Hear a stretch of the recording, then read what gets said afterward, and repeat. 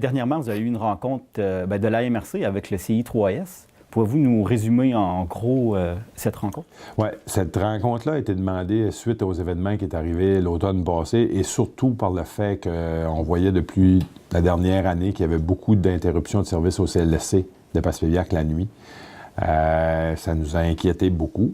Fait qu'on a voulu, au niveau du Conseil des maires, de rencontrer la PDG du CIS pour qu'elle vienne nous expliquer un peu, suite aux événements, suite à l'annonce que le ministre avait faite, M. Barrette en chambre, en disant que ça ne se reproduirait plus, on voulait se faire expliquer comment ça fonctionnait, pourquoi ça avait arrivé, puis pourquoi qu'elle vienne nous rassurer sur le fait qu'elle allait tout faire pour plus que ça arrive.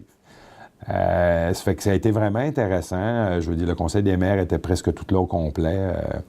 La démarche de comprendre comment marche le système de santé, parce qu'on n'est pas là-dedans, nous autres comme élus, mais nous autres, notre préoccupation qui étant le service aux citoyens, on voulait justement de se faire rassurer par la PDG du CIS, vraiment sur ce qu'il allait mettre les mesures qu'il allait prendre pour pas que ça arrive. Ce qu'elle est venue nous confirmer, c'est sûr que le domaine de la santé, au niveau des médecins, c'est pas évident parce que c'est considéré comme des travailleurs autonomes, bien souvent des entreprises. On sait que dans la MRC de Bonaventure et Avignon, parce que on est couvert par une sous-région qu'on appelle la baie des Chaleurs, qui est notre grosse infrastructure, qui est l'hôpital de Maria. On est quand même desservi par, je vous dirais, au-dessus de 100, pas loin de 120 médecins généralistes et spécialistes, qui fait que, normalement, ça ne devrait pas être considéré parce qu'on est en pénurie de médecins. Dans le fond, il faut trouver une manière de s'assurer qu'il y ait tout le temps quelqu'un de disponible.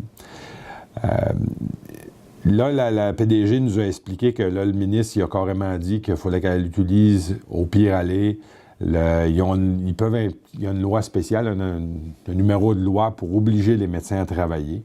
Bien souvent, c'est ce qu'on n'ose pas faire. Ça fait que ça, je comprends qu'en dernier recours, ils utiliseraient ça.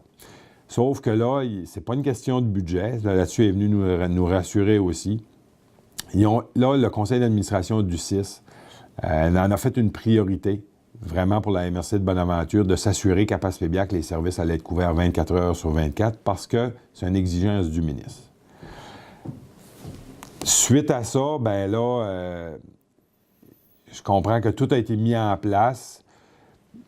On ne sera pas à l'abri moi, c'est utopique de penser que ça n'arrivera plus jamais, jamais, jamais. Tout va être mis en place pour plus que ça arrive. Mais comme la PDG nous expliquait, si on fait venir un médecin dépanneur qui doit arriver en avion la journée même, qui doit prendre son corps de travail, puis que l'avion ne peut pas atterrir, ça se peut bien qu'on se retrouve à un moment donné avec des situations, mais qui ne devraient plus se reproduire au même niveau qui s'est passé dans le passé. Fait qu'à partir de là, bien, je pense que ça a venu rassurer le Conseil des maires sur le fait que tout l'ensemble du CIS allait travailler dans le sens pour venir garantir qu'il y ait le moins possible d'interruption de service au CLSC de Passepébiac.